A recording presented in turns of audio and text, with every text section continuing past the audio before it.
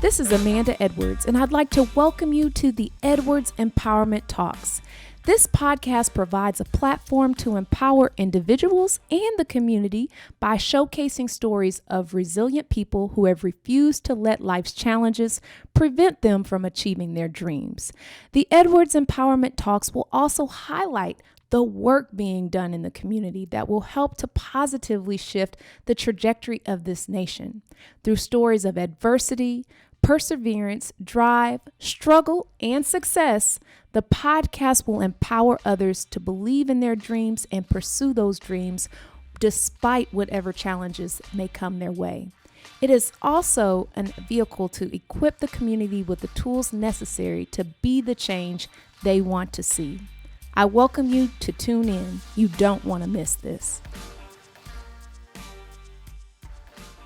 Hi, everybody. It's Amanda Edwards, and I'd like to welcome you to the next episode of the Edwards Empowerment Talks. This week, we have a very special guest, none other than Bakari Sellers, a CNN political commentator, a public servant, New York Times bestseller, as well as someone who has his own podcast. I'd like to welcome him as my guest because we have some very important events to talk about, namely the election, but also a very special element that has happened this year, which is his book, My Vanishing Country, that he wrote as a memoir, and I'd love to talk to him about it. So, Bakari, welcome to the Edwards Empowerment Talks. Thank you for being here.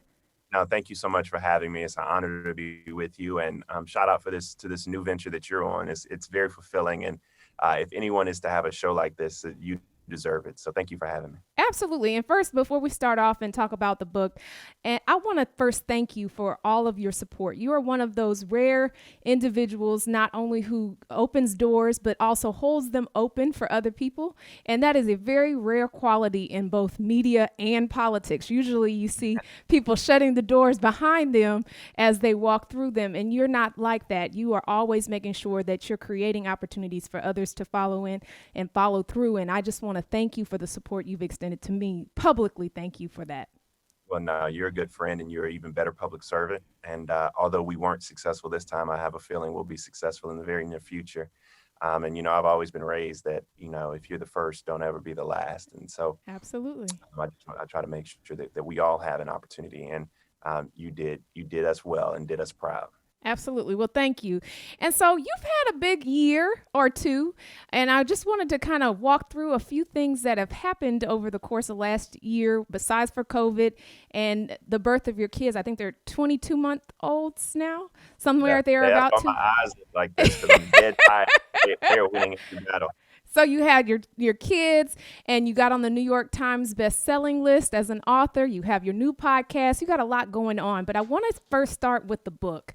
One of the things I learned a lot from the book about you in terms of your upbringing in Denmark, South Carolina, and just wanted to understand so that the viewers and listeners can get a picture or feel. What was it like for you growing up, the son of a civil rights leader, Cleveland Sellers, but also in a small rural town in South Carolina? What was that experience like for you? Well, I grew up in a town where we had 3 stoplights and a blinking light, and we always call it God's country. Very, very poor town, but we didn't know what we didn't have. And everyone was related to everyone else. It was a brother, a sister. It was a town that was once very vibrant economically, socially and politically, and educationally, because it's home to 2 HBCUs. It's 3,000 people in the city, but it's home to Denmark Tech and Voorhees College. And so it's always been this bastion of college-educated folk. But just like most small towns in America, when NAFTA and CAFTA came through and free trade came through, we lost a lot of our manufacturing jobs. Our small businesses along Main Street, like many small towns in this country, began to shut down. Our schools are along what's called the Court of Shame, where kids go to school where their heating and air don't work, their infrastructure is falling apart. But the value that we bring, the richness that we bring is in our people. And it's just very, very good people, which was one of the reasons I ran for office at home, to give back and to give back to the people who poured into me so much.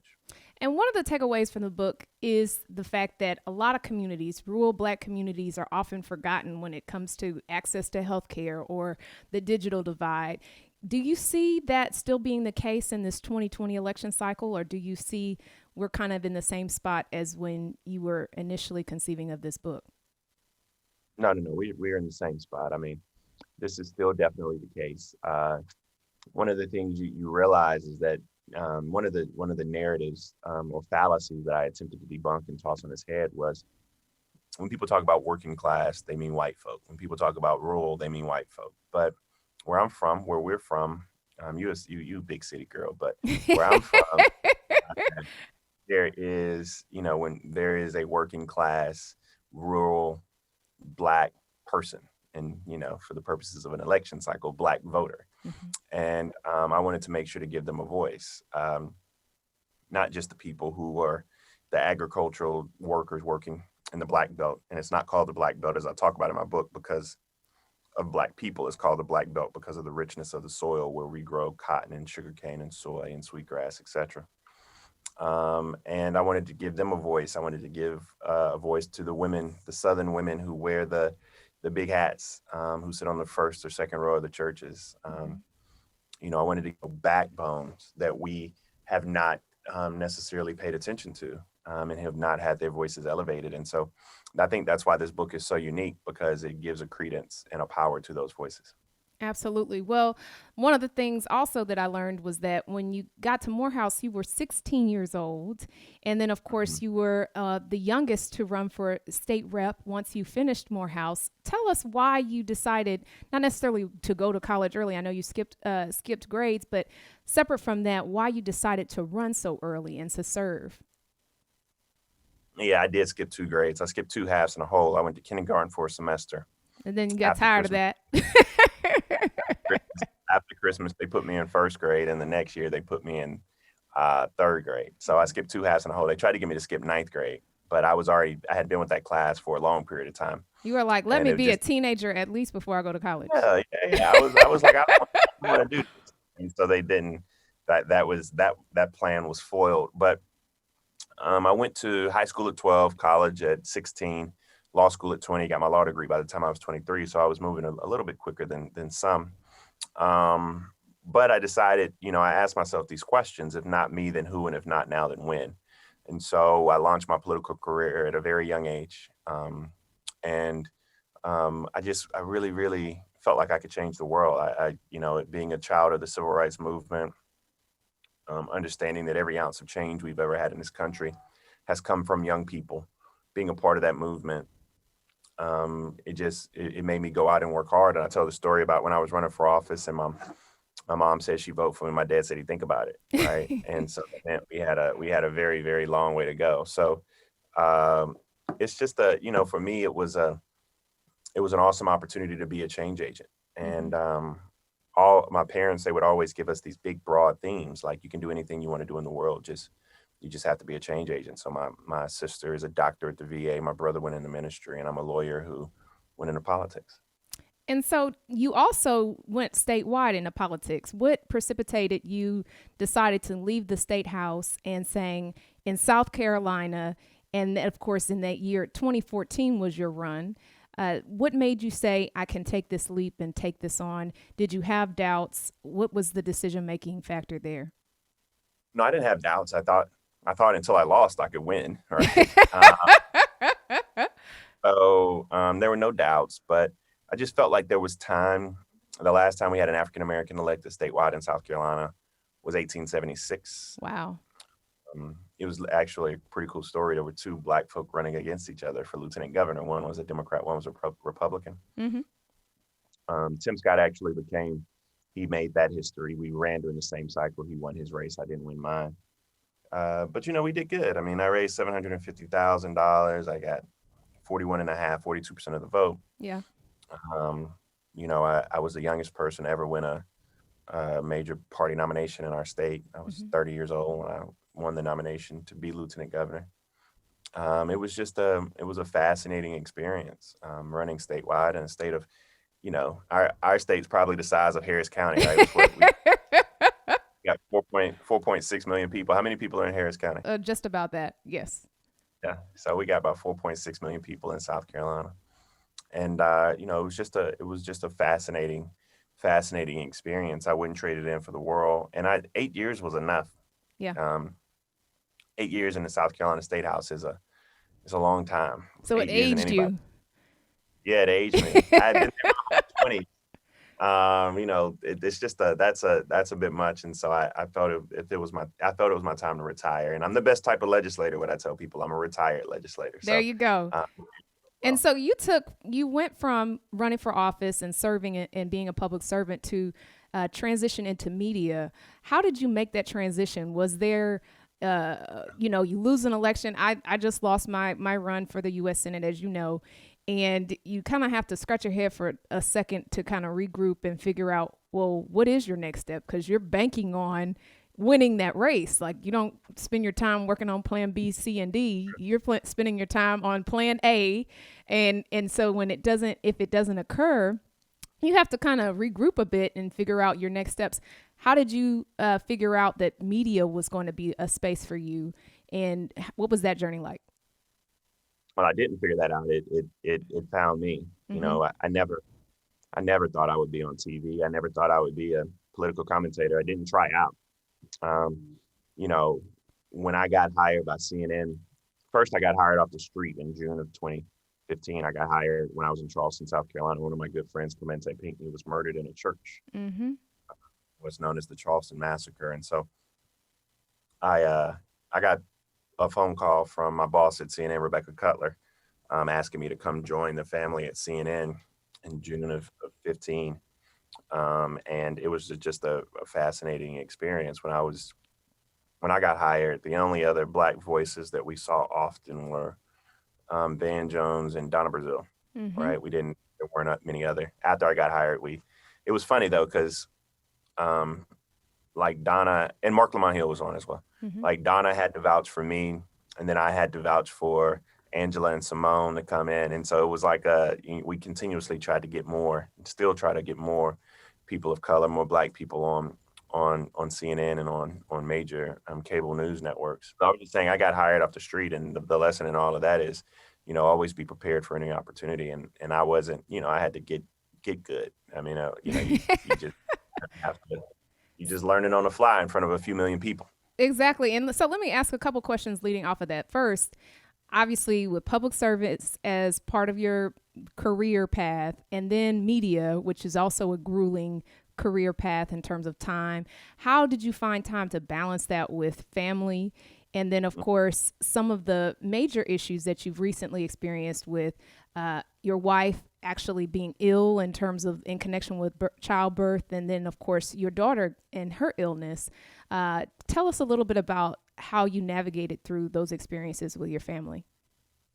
Oh man, I'm a one day at a time person. The wrong question to ask Bakari Sellers is, where do you see yourself in 5 years? Because I don't know the answer. You don't have like a long vision board here. You're one step at a time, one day at a time. Get to your next appointment. That's right. I try to take advantage and change as many lives as I can in a 24-hour period. I want to win the day, win the hour, win the moment. I'm literally sitting on a CNN set, just getting off Wolf Blitzer when we're taping this interview. And, I just want to make sure that my interview was good, and then go home and be a good father and husband. And I just try to win these moments. It's a lot to balance. When I was in the State House, I used to think it was a lot to balance, but we were only in session for 6 months out the year. It was a lot during those 6 months. You're in Tuesday, Wednesday, Thursday, but it's a full-time job. Then running for office statewide is, I ran from July through the following November. So you're spending about 16 months on the campaign trail. It's just grueling and taxing. And now being on TV, I call myself a C- D+ celebrity now.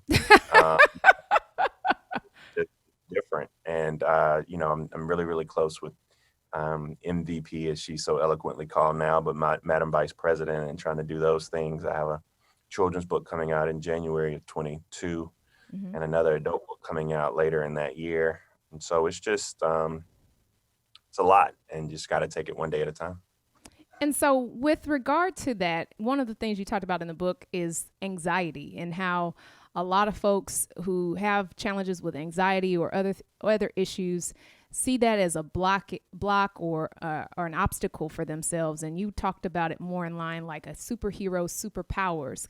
Can you share a little bit about what that has done in terms of the presence of anxiety and how you've used that to actually achieve rather than to hold yourself back and to repel? You've actually used that to propel yourself forward and achieve a tremendous amount. Yeah, I said that anxiety is a Black man's superpower. I wrote that chapter to be extremely vulnerable because I wanted other people to be able to see themselves in that, to be able to understand that having any type of mental health issues is not a sin, right? And for a lot of Black men who are dealing with anxiety, I talk to Charlamagne about this all the time. He'll be a great guest on your show one day. Okay, tell him to come on. Remember those opening those doors, remember? Yeah, I got you.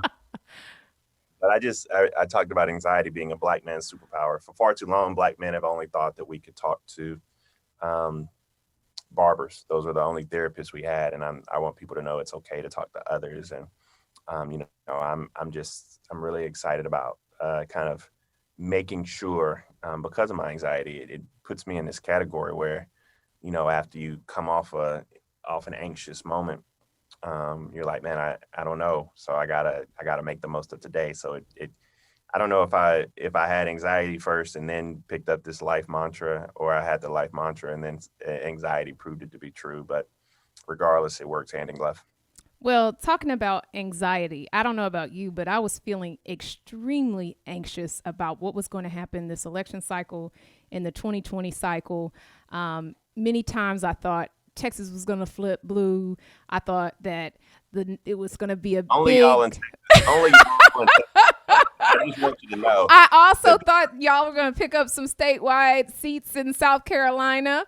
So it wasn't just a Texas focus. But I thought that, we heard the momentum building all across the country, and there was a lot of excitement that had built up and a lot of anxiety from people having to stay at home because of COVID, the pandemic, having to witness the murder of yet another Black man, George Floyd, and the lack of justice for Breonna Taylor, and so on and so forth, and so many other issues that really had just come to a head. And all of that combined, I thought, surely this is going to be a massive turnout, which it was, but it wasn't the turnout we expected, because we saw that Donald Trump also had a very strong turnout.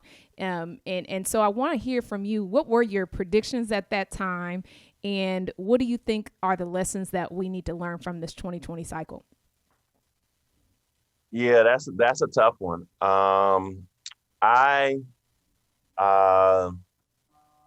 I thought we would take back the Senate. I thought that we were going to win Colorado, Arizona, Maine, and North Carolina. Now, Sarah Gideon, she was leading in every single poll. What are every polls? Single one. Now I'm just like, What are these polls? Because I feel so betrayed again. Cal Cunningham, we were nervous about because he never polled higher than 47%.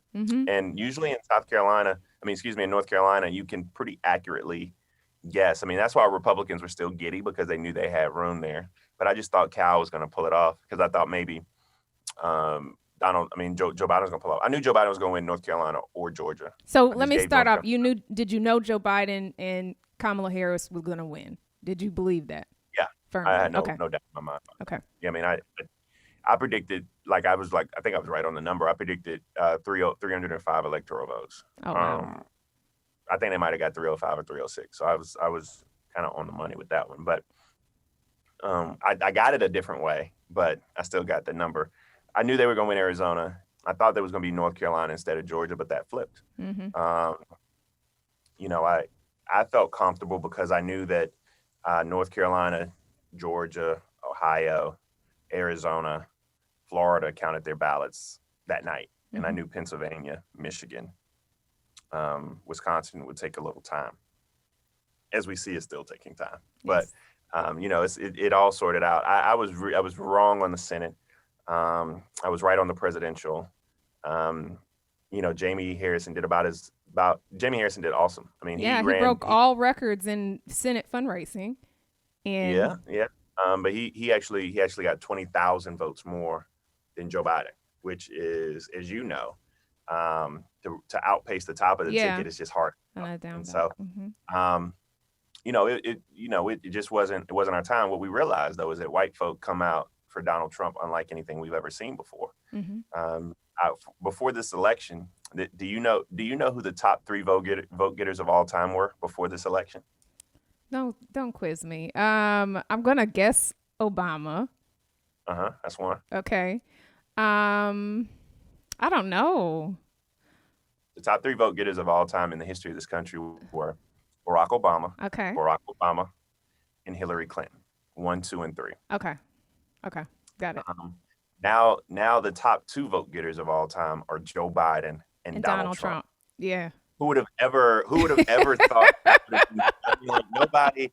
This politics is, the politics is like, I don't know if you play golf or not, but politics is like golf, man. You hit one shot and it brings you back. And we have this wild stuff going on right now that, who would have ever thunk it? Like, who would have ever thought that Joe Biden would have been one of the most transcendent figures on the issue of race in the history of American politics. He was the vice president to the first black president, and now he has the first black president, black female president at that.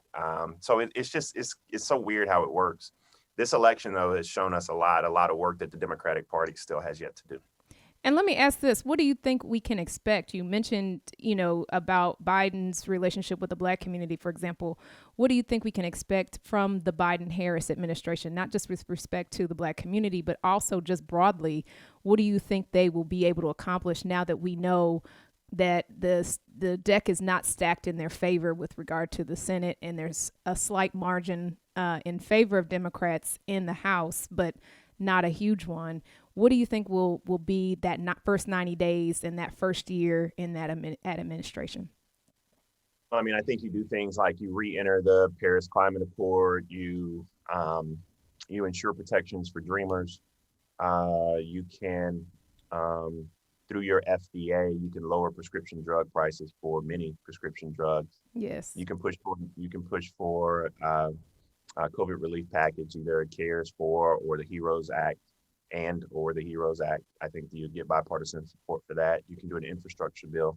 I think he needs to have Justice Breyer come over to the office ASAP and be like, "Yo, homie, I need you to retire." And then you can appoint. Because I say this, and people look at me crazy when I say this, but Ruth Bader Ginsburg should have retired when Barack Obama was president. Like we wouldn't have been in the situation. You're 80 years old. You think she was hedging her bets on the fact that potentially it might have been Hillary Clinton, Clinton? Yeah. Everybody was hedging their bets. I thought I got on national TV and said that Hillary Clinton was going to win 330 electoral votes. So I was wrong about that. Everybody thought that Hillary Clinton was going to win. That's beyond the point. But I do think that you don't take elections have to be won, right? Yeah. You know that. Yeah. Right. So it is what it is. But I just find that there's a lot of things they can do in the first 100 days.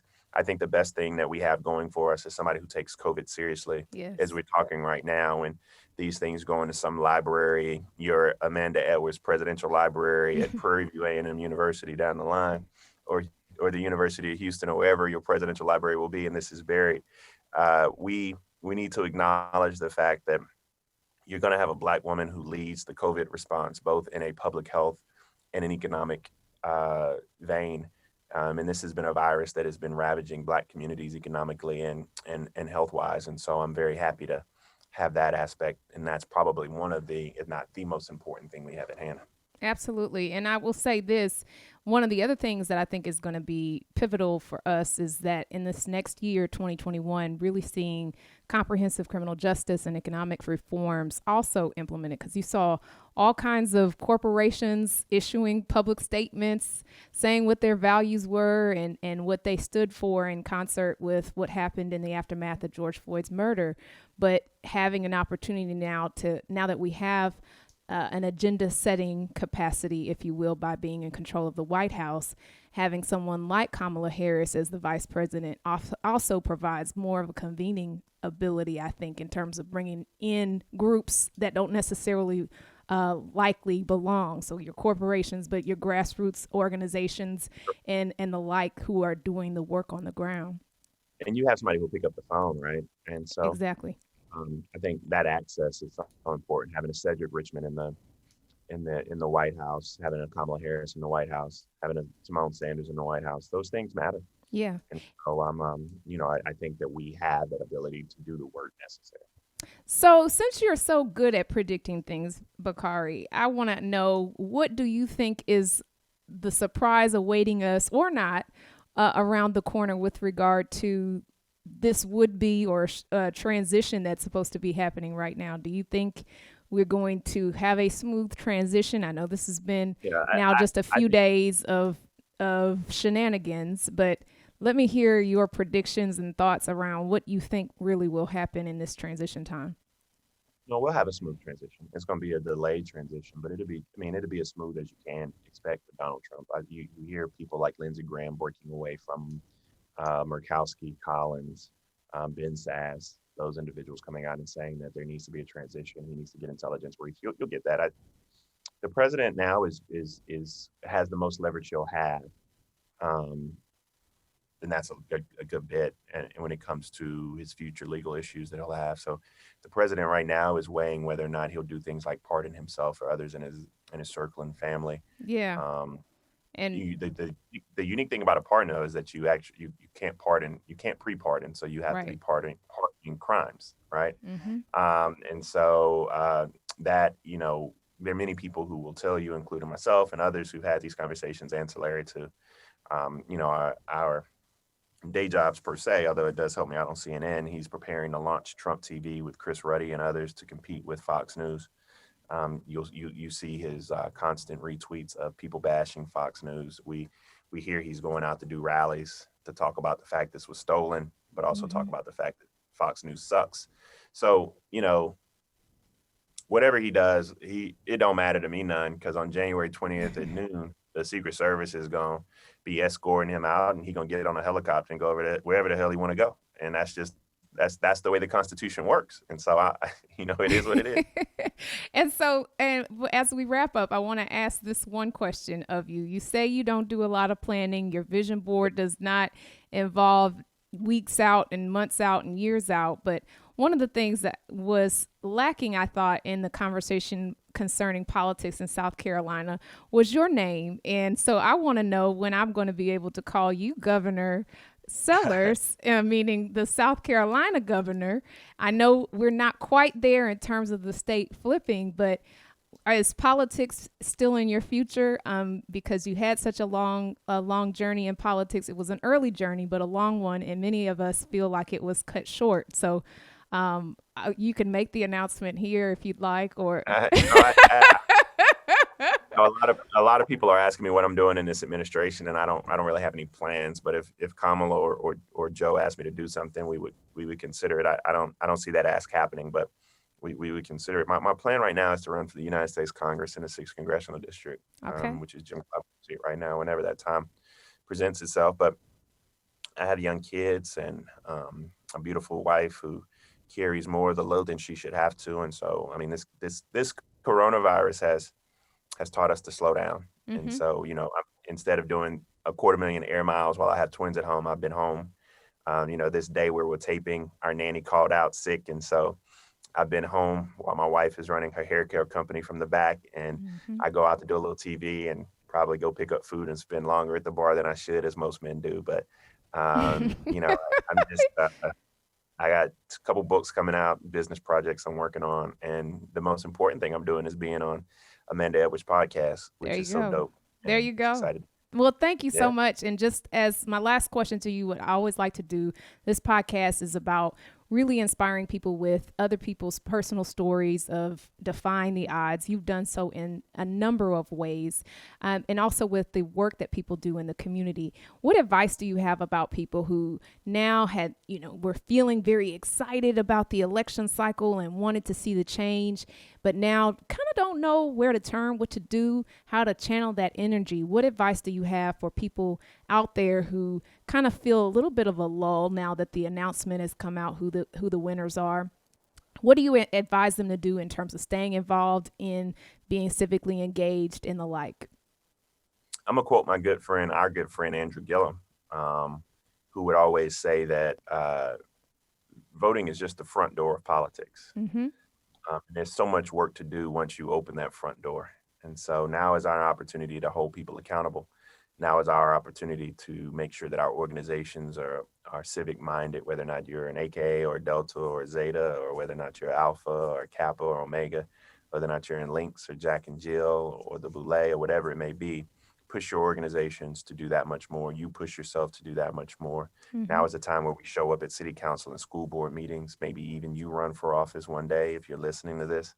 Now is the time to do those things necessary, because democracy is participatory. It's a contact sport, but it's also participatory.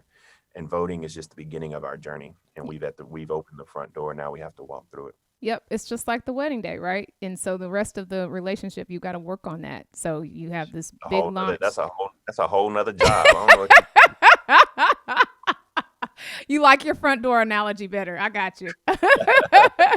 Well, Bakari, this was a lot of fun, and I really appreciate you carving out the time to be on my podcast. And as usual, if anybody wants to find you, you're on Instagram, you're on Twitter, you're on social media, and we really look forward to the projects that you have coming out. And like I said, I look forward to calling you governor one day. Well, you call me a lot of things, but friend is the most important. So thank you for having me. You're welcome. Thank you so much. Bye-bye. Bye. I would like to extend a special thank you to the Texas Signal for its support of our podcast.